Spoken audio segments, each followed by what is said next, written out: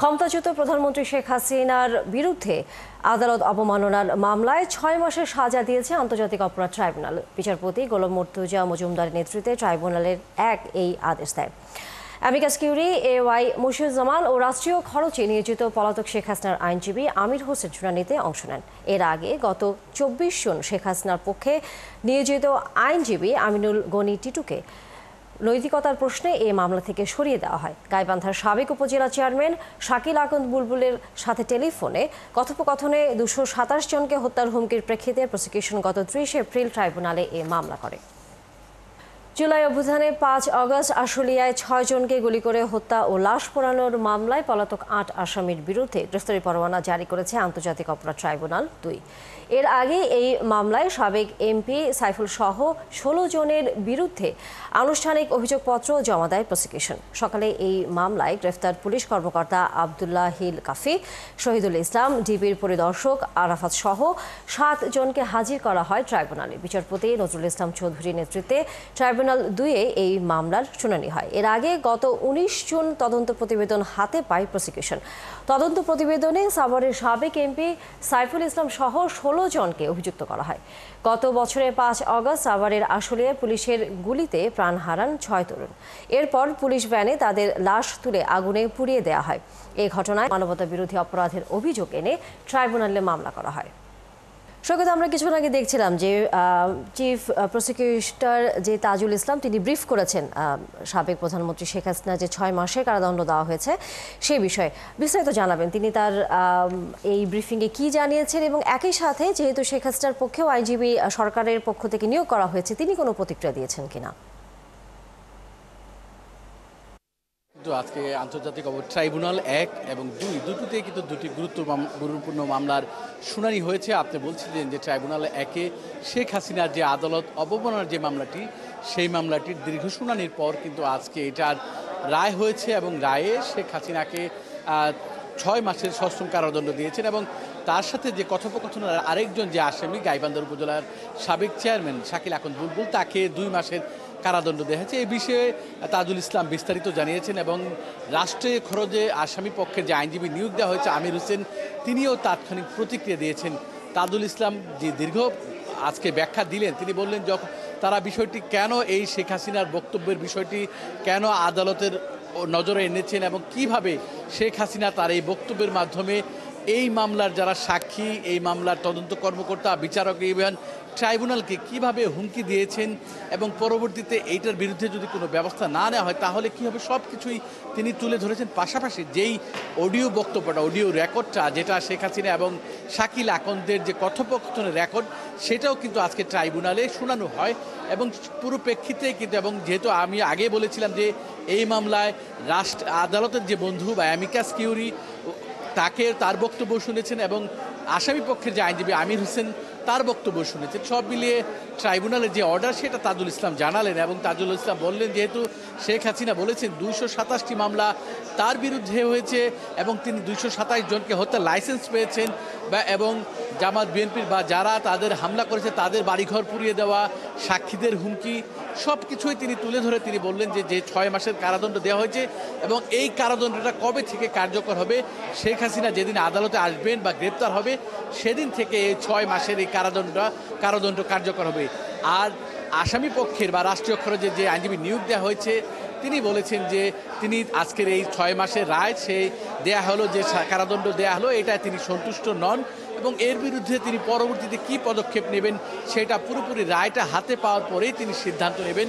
আরেকটা গুরুত্বপূর্ণ মামলা যেটা আশুলিয়ায় ৫ আগস্ট যেদিন শেখ হাসিনার পতন হয় সেদিন আশুলিয়ায় ছাত্র জনতাকে হত্যার পর সেই লাশগুলো পুড়িয়ে দেওয়ার ঘটনা যে মামলাটি দায়ের হয়েছে, সেই মামলায় ১৬ জনের বিরুদ্ধে আজকে আনুষ্ঠানিক অভিযোগ দেওয়া হয় এবং সেখানে যেহেতু ৮ জন মামলায় এই মামলা আসামি গ্রেপ্তার আছেন, ৮ জনের বিরুদ্ধে কিন্তু তাদের আগামী ১৩ তারিখে পরবর্তী শুনানি ১৬ জনকে আদালতে হাজির করার কথা বলা হয়েছে এবং পলাতক যে ৮ জন আসামি তাদের বিরুদ্ধে গ্রেপ্তারি পরোয়ানা জারি হয়েছে এবং ১৬ জন যে মামলার যে আসামি রয়েছেন তার মধ্যে একজন রয়েছেন সাবেক MP সাভারের যে সাবেক আওয়ামী লীগের যে MP সাইফুল ইসলাম এবং আরেকজন যুবলীগ নেতা রয়েছেন রনি ভূঁইয়া।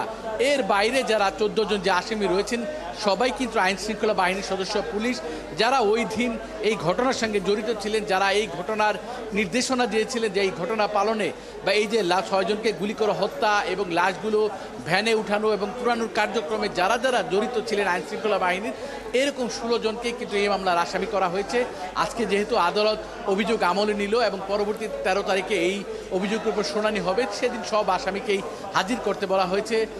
তানিয়া, সব মিলিয়ে কিন্তু আজকে সকাল থেকে ট্রাইব্যুনাল 1 এবং ট্রাইব্যুনালের 2-এ এই দুটি গুরুত্বপূর্ণ মামলার শুনানি বা কার্যক্রম নিয়ে বেশ ব্যস্ততায় গিয়েছেন এবং জুলাই গণঅভ্যুত্থানের পর এই যে পুনর্গঠিত যে ট্রাইব্যুনাল 1 বা ট্রাইব্যুনাল 2, ট্রাইব্যুনাল 1-এ যে মানবতা বিরোধী মামলাগুলো শুরু হয়েছিল, তো মানবতা বিরোধী অপরাধের মামলার আগেই কিন্তু আদালত অবমাননার একটি মামলার রায়, মামলাতে রায় সাজার যে এর মধ্যে হচ্ছে আমরা জানি। ধন্যবাদ সৈকত সাদিক, যুক্ত হয়েছেন আপনি আপনার মাধ্যমে। আমরা ট্রাইব্যুনাল 1 এবং ট্রাইব্যুনাল 2-এর যে বিষয়গুলো নিয়ে আপনি বলছিলেন, দুটি গুরুত্বপূর্ণ যে মামলার আজকে হচ্ছে সেখানে আদালতের কার্যক্রম চলছিল, সেই খবর আমরা আপনার মাধ্যমে জানলাম। ধন্যবাদ আপনাকে। দর্শক, সহকর্মী আমাদের সাথে সৈকত সাদিক এতক্ষণ যুক্ত ছিলেন। বিগত সরকারের নির্বাচনের জন্য ইলেকট্রনিক ভোটিং মেশিন ইভিএম এর মাধ্যমে রাষ্ট্রের 3000 কোটি টাকা বেশি নষ্ট করেছে, এমন অভিযোগের অনুসন্ধানে নির্বাচন কমিশনের 3 কর্মকর্তাকে জিজ্ঞাসাবাদ করছে দুদক। সংস্থাটির সহকারী পরিচালক রাকিবুল হায়াত তাদেরকে জিজ্ঞাসাবাদ করছে। তলবে হাজির হয়েছেন নির্বাচন কমিশনের উপসচিব ফরহাদ হোসেন, সিস্টেম অ্যানালিস্ট ফারজানা আক্তার ও ওই সময়ের senior maintenance engineer Mohammad Ashraf Hossain. এদিন সব মিলিয়ে নির্বাচন কমিশনের 6 জনকে তলব করা হয়েছে। দুদকের অভিযোগে বলা হয়েছে, সাবেক প্রধান নির্বাচন কমিশনার KM নুরুল হুদা সহ অন্যদের বিরুদ্ধে ক্ষমতায় অপব্যবহার ও সরকারি আর্থিক বিধিবিধান লঙ্ঘন করে টেন্ডার ব্যতীত বাজার মূল্যের চেয়ে 10 গুণ বেশি দামে 1.5 লাখ টাকার ইভিএম ক্রয় করে সরকারের প্রায় 3172 কোটি টাকা ক্ষতি সাধনের অভিযোগ রয়েছে। এই অভিযোগের অনুসন্ধানে নির্বাচন কমিশনে দুদকের অভিযান মেলে সত্যতা। ফ্যাসিবাদের পতনের মধ্য দিয়ে বিজয়ের এক ধাপ অর্জন হয়েছে উল্লেখ করে এনসিপির আহ্বায়ক নাহিদ ইসলাম বলেছেন, নতুন বাংলাদেশ নির্মাণের মাধ্যমে চূড়ান্ত বিজয় নিশ্চিত হবে। গণঅভ্যুত্থানের বিরুদ্ধে কোনো ষড়যন্ত্র বরদাস্ত করা হবে না বলে হুঁশিয়ারি দেন তিনি। বুধবার জুলাই পদযাত্রায় দ্বিতীয় দিনে রংপুরের রাজারহাটে এক পথসভায় এসব কথা বলেন নাহিদ ইসলাম। এই পথযাত্রায় সারা দেশে আলোড়ন সৃষ্টি করবে বলেও জানান তিনি। 24-এর এই গণজাগরণ মনে করিয়ে দেয়, এদেশে স্বৈরশাসনের ঠাঁই হবে না। চাঁদাবাজি, দখলদারিত্ব করে জনগণকে জিম্মি করার সুযোগ দেওয়া হবে না বলে হুঁশিয়ারি দেন নাহিদ। বলেন, এই পদযাত্রার মধ্য দিয়ে মানুষের মুক্তির সনদ তৈরি হবে। এর আগে রংপুর থেকে কুড়িগ্রামের উদ্দেশ্যে যাত্রা শুরু করে এই পদযাত্রা। এ সময় সার্জিস আলম বলেন, মিথ্যা আশ্বাস দিয়ে বছরের পর বছর উত্তরবঙ্গের সাথে প্রতারণা করেছে বড় রাজনৈতিক দলের নেতারা।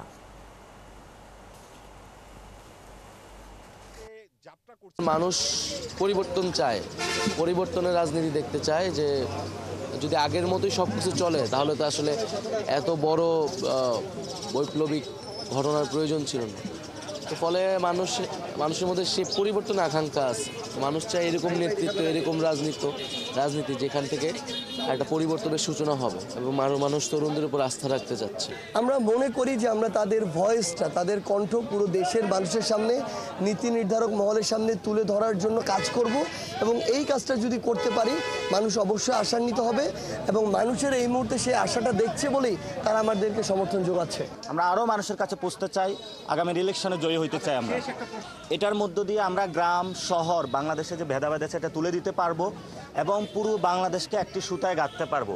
এই বাংলাদেশকে সুতায় গেঁথে তরুণ প্রজন্মের হাত ধরে আগামীতে বাংলাদেশ পুনর্গঠন হবে, সে প্রত্যাশা নিয়ে আমরা মাঠে বেরিয়েছি। দর্শক, এই বিষয়ে আরও বিস্তারিত জানাতে আমাদের সাথে যুক্ত হচ্ছেন সহকর্মী রাশেদ আনিস। রাশেদ, আপনি এনসিপির পদযাত্রার সাথে আছেন, আমরা দেখতেই পাচ্ছি। এনসিপির এই পদযাত্রার খবর জানানোর পাশাপাশি এখন কোন পর্যায়ে বা কোন এলাকায় আছে এনসিপির এই পদযাত্রাটি? তবে আরেকটি প্রশ্ন আপনার কাছে, সেটি হচ্ছে যে এরই মধ্যে আমরা দেখছি যে যেসব জায়গায় এনসিপি পদযাত্রা করছে সেখানেই তারা আগামী নির্বাচনের প্রার্থী ঘোষণা করছে। এখন আপনি যে এলাকায় আছেন সেখানেও কোনো প্রার্থী ঘোষণা করেছে কিনা এনসিপি সদস্যরা? তানি, আমি আসলে আপনার দ্বিতীয় প্রশ্নের উত্তরটি দিচ্ছি। দ্বিতীয় প্রশ্নের উত্তরটিতে ডক্টর আতিক মুজাহিদ, ওনাকে আসলে কুড়িগ্রাম 2 আসনে, আপনি যদি আমার আশেপাশে প্ল্যাকার্ডগুলো দেখেন তাহলে কিন্তু দেখতে পারবেন যে 2 আসনে আসলে আসন থেকে তিনি অংশ নেবেন, যিনি যুগ্ম আহ্বায়ক এনসিপির, এবং সেই উদ্দেশ্যে কিন্তু একটি পথসভা হচ্ছে এবং সেই পথসভায় কিন্তু চারপাশে অনেক লোক সমাগম কিন্তু হচ্ছে। এই যে জায়গাটি, সেই জায়গাটা কিন্তু কুড়িগ্রামের যে খলিলগঞ্জ, বাজার রয়েছে সেই বাজার এলাকা থেকে কিন্তু তারা পথসভা করে হেঁটে যাচ্ছেন এবং সেই পথসভায় কিন্তু যোগ দিয়েছেন স্থানীয় মানুষজন এবং স্থানীয় মানুষজনের কিছুক্ষণ আগে কিন্তু রাজারহাট এলাকায় কুড়িগ্রামে ছোট একটি সমাবেশের মতো করা হয়েছিল এবং সেই সমাবেশ থেকে এনসিপির আহ্বায়ক নাহিদ ইসলাম কিন্তু বলেছিলেন যে অভ্যুত্থানের মধ্য দিয়ে মাত্র একটি ধাপ পূরণ হয়েছে, যেটি হচ্ছে সরকার পতনের। এরপর কিন্তু নতুন বাংলাদেশ গঠন করা কিন্তু এখনো অনেক বাকি আছে। আপনি কিন্তু দেখছেন যে চারপাশে এটি কিন্তু প্রায় 15-20 মিনিট ধরেই হচ্ছে এবং 15-20 মিনিট ধরেই কিন্তু তারা এই পথসভা করছেন এবং আজকের দিনে কিন্তু বেশ কয়েকটি জায়গায় যাওয়ার কথা রয়েছে। কুড়িগ্রামের পাশাপাশি লালমনিরহাট, নীলফামারী জেলাও কিন্তু এনসিপির কর্মসূচি রয়েছে।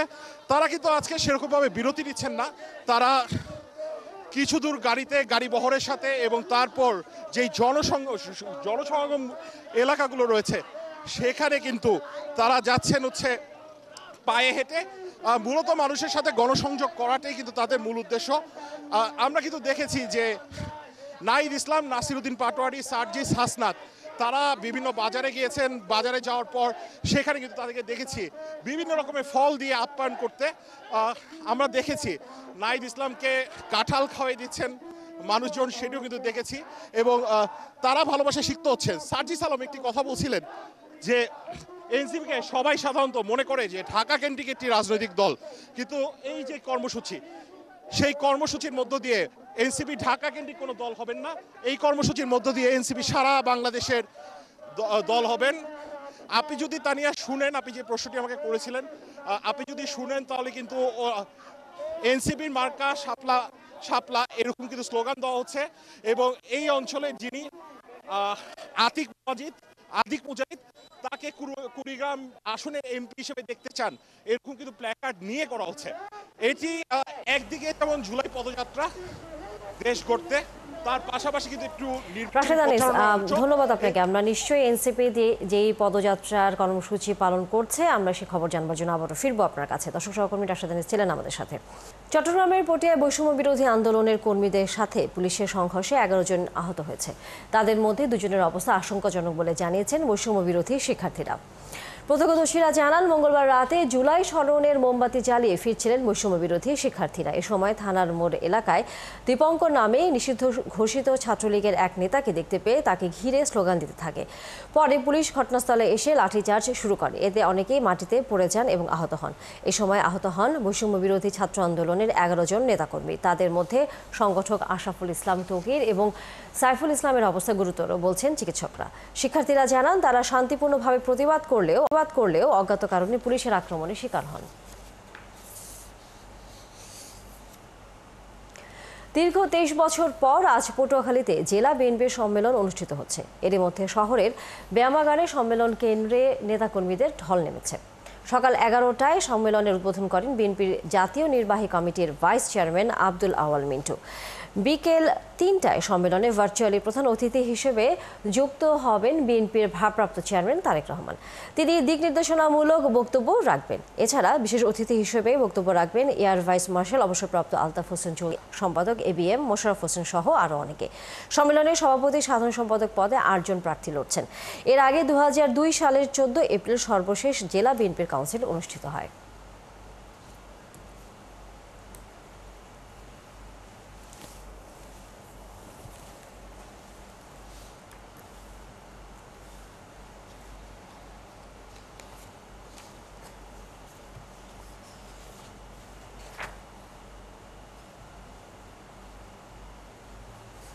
জুলাই অভ্যুত্থান ও শহীদদের আকাঙ্ক্ষা পূরণের জন্য দরকার নির্বাচিত সরকার, এমন মন্তব্য করেছেন বিএনপির স্থায়ী কমিটির সদস্য নজরুল ইসলাম খান।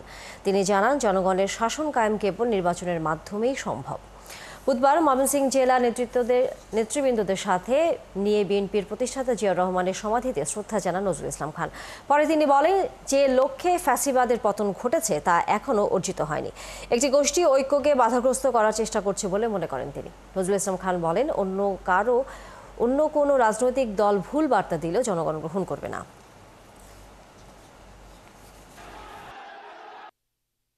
এই মুহূর্তের প্রধান কাজ শহীদদের আকাঙ্ক্ষা পূরণের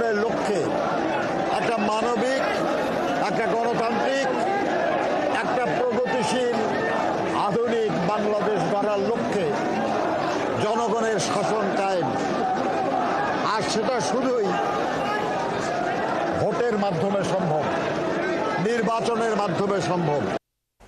সংস্কার ইস্যুতে জুলাইয়ের মাঝামাঝি বা তৃতীয় সপ্তাহে ঐক্যমতে পৌঁছানোর বিষয়ে আশাবাদ জানিয়েছেন জাতীয় ঐক্যমত্য কমিশনের সহসভাপতি অধ্যাপক আলী রিয়াজ।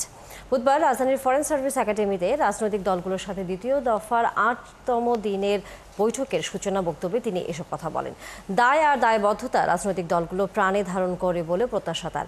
বিগত দিনের অমীমাংসিত বিষয়গুলোর পাশাপাশি আজকের দিনের এজেন্ডা হচ্ছে নির্বাচনী এলাকা নির্ধারণ, তত্ত্বাবধায়ক সরকার ও রাষ্ট্রপতির ক্ষমা প্রদর্শন। বিএনপি, জামায়াত, এনসিপি সহ ৩০টি রাজনৈতিক দল এই বৈঠকে অংশ নিয়েছে।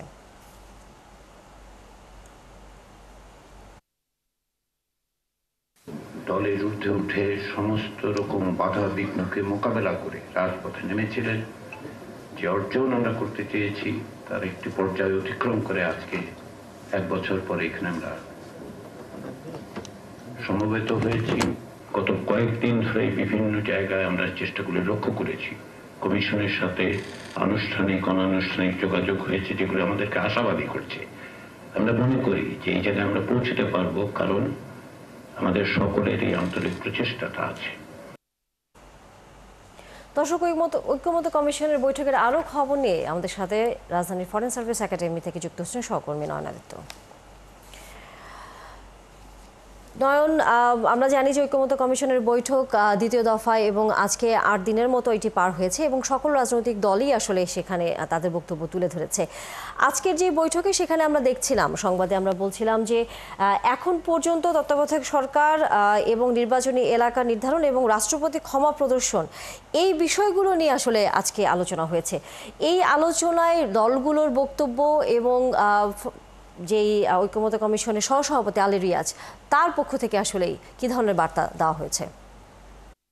3টি পয়েন্টের কথা বললেন, সকাল থেকে এই 3টি পয়েন্ট নিয়ে আলোচনা হওয়ার কথা। মূলত আজকের যে আলোচ্যসূচি, সেই আলোচ্যসূচিতে এই 3টি পয়েন্ট রয়েছে, যার মধ্যে প্রথম যে পয়েন্টটি রয়েছে সীমানা পুনর্নির্ধারণ বা ডিলিমিটেশনস, এটি নিয়ে কথা হয়েছে। সকল রাজনৈতিক দল তাদের মতামত দিয়েছে। আমি যেটি এখানে শুনে যেটি আমি বুঝতে পেরেছি, বেশিরভাগ রাজনৈতিক দল একটি পয়েন্টে একমত হয়েছে। এই যে সীমানা পুনর্নির্ধারণ ঐক্যমত্য কমিশনের পক্ষ থেকে যে পয়েন্ট উত্থাপন করা হয়েছে, সেখানে 2টি ক্লজ আছে। 1 নাম্বারটি হচ্ছে প্রতি 10 বছর পর পর, অর্থাৎ আদমশুমারি পরবর্তী সময়ে একটি বিশেষায়িত কমিশন গঠিত হবে, যারা মূলত এই সীমানা পুনর্নির্ধারণের কাজটি করবে। সেটি নির্বাচন কমিশনের বাইরে আলাদা একটি কমিশন। আর খতে বলা হয়েছে আগামী নির্বাচনের জন্য একটি নির্বাচন কমিশনের অধীনে একটি বিশেষায়িত কমিটি করা, যেটি মূলত এই নির্বাচনকে কেন্দ্র করে ডিলিমিটেশনসের কাজটি তারা করবে। এখন দ্বিতীয় পয়েন্ট, খ পয়েন্টে সকল রাজনৈতিক দল একমত হয়েছে। ক পয়েন্ট, যেটি হচ্ছে প্রতি 10 বছর পর পর আলাদা একটি কমিশন করা, যেটিতে মূলত এই ডিলিমিটেশনসের কাজ করবে, সীমানা পুনর্নির্ধারণের কাজ করবে। সেই জায়গাতে বেশিরভাগ রাজনৈতিক দল এক ধরনের একমতে আসার সুযোগ হয়নি, অর্থাৎ এটি না করার জন্য বেশিরভাগ রাজনৈতিক দল এখন পর্যন্ত মত দিয়েছে। বেশ কয়েকটি রাজনৈতিক দল এটি করার পক্ষেও মত দিয়েছে, কেননা অতীতের যে কার্যক্রম, অর্থাৎ অতীতে যখন এই সীমানা পুনর্নির্ধারণ হয়েছে, তখন রাজনৈতিক দলের প্রভাব মুক্ত হয়ে নির্বাচন কমিশন এই কাজটি করতে পারেনি। সঙ্গত কারণেই অনেকে বলছেন যদি এটি আলাদা একটি কমিশন করা হয় এবং সেখানে আইনগত সংবিধানের সংযুক্ত করে এবং আইন দ্বারা নির্ধারিত করা হয় যে তারা কি কাজ করবেন এবং তাদের জবাবদিহিতার জায়গা যদি থাকে, সেই ক্ষেত্রে এই সীমানা পুনর্নির্ধারণ নিয়ে জটিলতাটি কমবে। এমনটি কিন্তু এখন পর্যন্ত আলোচনা এর মধ্যেই সীমাবদ্ধ আছে এবং ঐক্যমত্য কমিশনের যারা সদস্যরা আছেন তাদের পক্ষ থেকে বলা হয়েছে এখন মধ্যাহ্ন বিরতি চলছে, এই বিরতির পর তারা নিজেরা একবার বসবেন, বসে এই বিষয়ে তাদের যে মতামত সেটিও তারা তুলে ধরবেন এবং এই তারপরেই মূলত বাকি যে 2টি পয়েন্ট রয়েছে, তত্ত্বাবধায়ক সরকার একই সঙ্গে রাষ্ট্রপতির ক্ষমা প্রদর্শন, এই 2টি পয়েন্টে আলোচনা হবে। সেখানে রাজনৈতিক দলগুলো কি মতামত দিচ্ছে সেই আলোচনার প্রসঙ্গটি আরও পরে আসবে। সেটি এই আলোচনার শেষ নাগাদ রাজনৈতিক দলগুলো যখন বেরিয়ে আসবে তখন তাদের বক্তব্য থেকে জানা যাবে। ধন্যবাদ নয়নাদিত্য। রাজনৈতিক দলগুলোর রাষ্ট্রপতি ক্ষমা প্রদর্শন এবং তত্ত্বাবধায়ক সরকার নিয়ে কি ধরনের বক্তব্য রাখেন বা তাদের মতামত দেন এবং সেই প্রেক্ষিতে ঐক্যমত্য কমিশন থেকেও আসলে কি ধরনের বক্তব্য আসে, সবই আমরা তখন আপনার কাছ থেকে জানতে পারবো। ধন্যবাদ আপনাকে এখনকার মতো। দর্শক, সহকর্মী নয়নাদিত্য ছিলেন আমাদের সাথে এতক্ষণ। মালয়েশিয়াতে কর্মী পাঠাতে স্বচ্ছতা আনতে সমঝোতা স্মারক সংশোধন করা হচ্ছে বলে জানিয়েছেন প্রবাসী কল্যাণ উপদেষ্টা আসিফ নজরুল। বিগত সরকারের দুর্নীতির দেশটিতে কর্মী পাঠাতে সমস্যা হয়েছে বলেও জানান তিনি। বুধবার আন্তর্জাতিক মাতৃভাষা ইনস্টিটিউটে এক সেমিনারে এসব কথা বলেন উপদেষ্টা। মালয়েশিয়ার সাথে আগের গভর্নমেন্ট চুক্তি করে রেখেছে যে তোমরা রিক্রুটিং এ যেতে লিস্ট দিবা, আমরা সিলেক্ট করব। চুক্তি, দুই পক্ষের আনুষ্ঠানিক চুক্তি, যেটাকে আপনার সিন্ডিকেট বলে। এখন আমরা যখন দায়িত্ব নিয়েছি, আমাদের যেটা কি, আমাদের সবাই বলছে না সিন্ডিকেট করা যাবে না। সিন্ডিকেট করা না গেলে এমওইউ চেঞ্জ করতে হবে চুক্তি। মালয়েশিয়া কিন্তু আমি পিটায় বলতে পারি না এই তুই এমওইউ চেঞ্জ কর, আমাকে কনভিন্স করতে হবে। সমস্ত দিক থেকে আমি মনে করি জাপান, কোরিয়া, এই সমস্ত দেশের দিকে আমাদের সবার মনোযোগ মিডল ইস্ট, মালয়েশিয়ার চেয়ে অনেক বেশি করে দেওয়া উচিত। বিকজ সেখানে যেই সম্ভাবনা আছে, যেই সুযোগ আছে, যেই সম্মানের সুযোগ আছে, সেটা অনেক বেশি। আগামী 6 মাসের মধ্যেই চট্টগ্রামের বন্দরের নিউ মোরিং টার্মিনাল নৌবাহিনী দায়িত্বে দেওয়ার সুপারিশ করেছে মন্ত্রণালয়। এই টার্মিনাল ছাড়া সাইট পাওয়ার টেকের অন্যান্য দায়িত্ব আগের মতোই থাকবে বলে জানিয়েছেন নৌপরিবহন উপদেষ্টা এম সাকাত হোসেন। বুধবার সচিবালয়ে সাংবাদিকদের তিনি আরও বলেন, এই সরকার দেশ বিক্রি করতে আসেনি।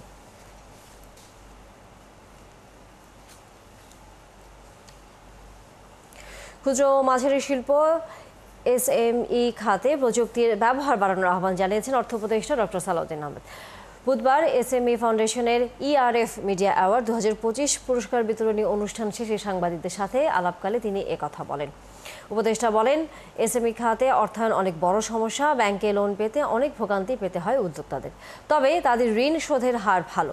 খাতে প্রযুক্তির ব্যবহার বাড়ানোর আহ্বান জানিয়ে তিনি বলেন, ব্যাংকার এবং পলিসি মেকারদের এগিয়ে আসতে হবে। এক্ষেত্রে বাংলাদেশ ব্যাংক এগিয়ে আসতে পারে, অর্থ মন্ত্রণালয় সহায়তা করবে। এসএমইদের ডেটাবেস ঠিক করার তাগিদ দিয়ে উপদেষ্টা আরও বলেন, এইটি দ্রুত ডিজিটালাইজেশন করতে হবে। হার্ড কপি থাকলে হবে না। শিল্প বাণিজ্যে এসএমই ভালো করলে পুরো অর্থনীতিতে ইতিবাচক প্রভাব পড়বে।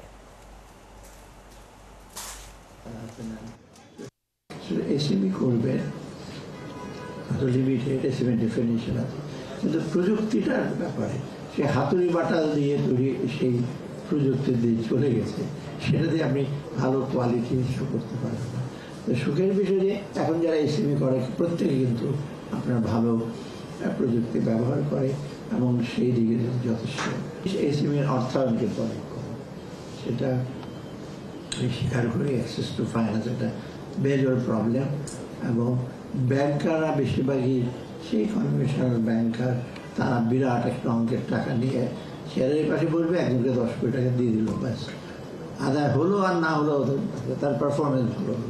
কিন্তু এসএমইর ব্যাপারে বেশি করে সুপারভাইজ করতে হয়, অনেক কাগজ দেখতে হয়, এই সমস্ত কঠিন জগৎ যেতে হয়, সেটা মোটেও ঠিক না। গাজীপুরে গ্যাস লিকেজ থেকে বিস্ফোরণে এক কলেজ ছাত্রী দগ্ধ হয়েছেন। তাকে উদ্ধার করে ঢাকায় জাতীয় বার্ন ও প্লাস্টিক সার্জারি ইনস্টিটিউটে ভর্তি করা হয়েছে। ভোগড়া ফায়ার সার্ভিসের senior station officer Iqbal Hasan জানান, বোর্ড বাজারের কলমেশ্বর এলাকায় 7ম তলা ভবনে গ্যাসের পাইপ লিকেজ হয়ে গ্যাস বের হয়। ভবনের দরজা জানলা বন্ধ থাকায় নির্গত গ্যাস বের হতে থাকে। ভোরে মুক্তা আক্তার চুলা জ্বালাতে গেলে হঠাৎ বিস্ফোরণ ঘটে, এতে মুক্তা গুরুতর আহত হন।